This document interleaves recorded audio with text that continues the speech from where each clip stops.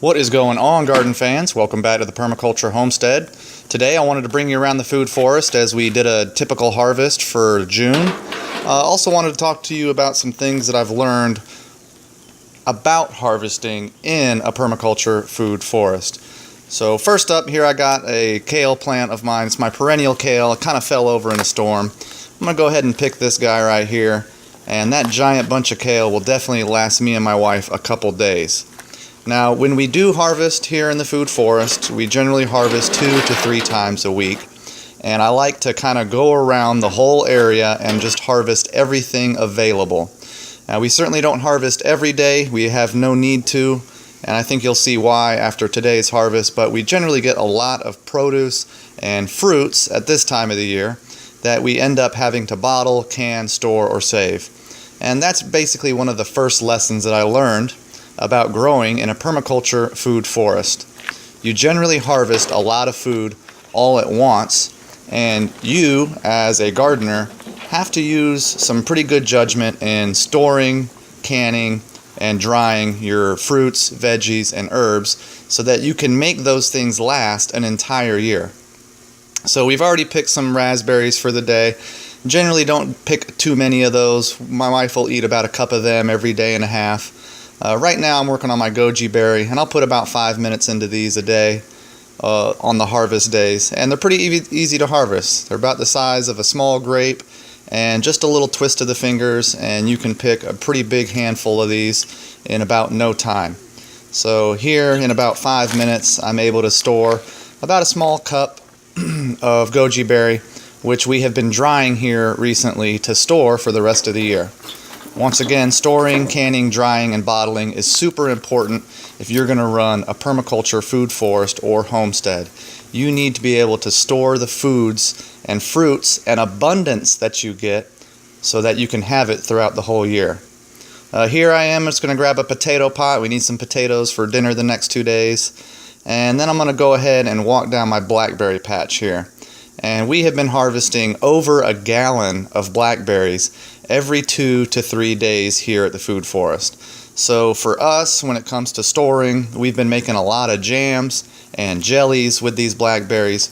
We do eat quite a few of them whole and fresh, and we've also just been donating, giving a lot of blackberries out to friends. So my top swale here is kind of set up as a double reach. I can reach from both ends, so that's just half of my blackberry harvest. I'm going to go ahead and put you all down here real quick while I go and harvest this potato bucket. And as you can see, while I was off screen there, I harvested about 4 potatoes. I've also grabbed some parsley, which we eat every single day, whole and fresh. I kind of eat it as a snack as I walk around here.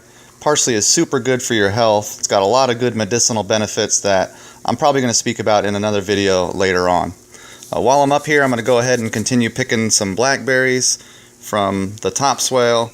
And I'm going to again go off screen here real quick and then grab some eggs and more blackberries from my chicken coop and run area.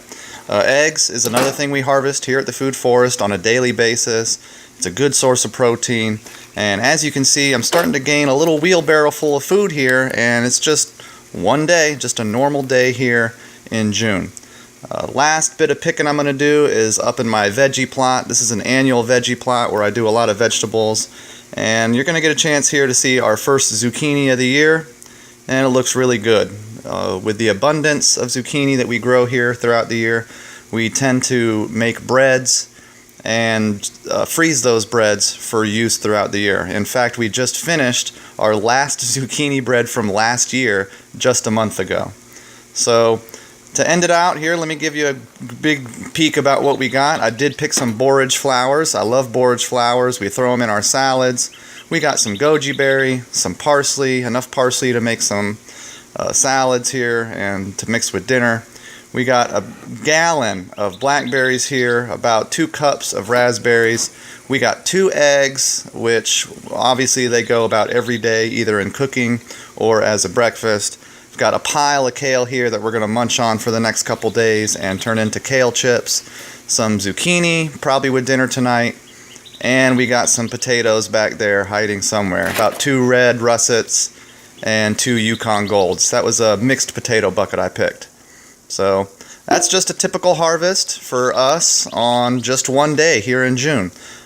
We try to harvest, like I said earlier, about 2 to 3 times a week, and that generally will feed us throughout most of the growing season.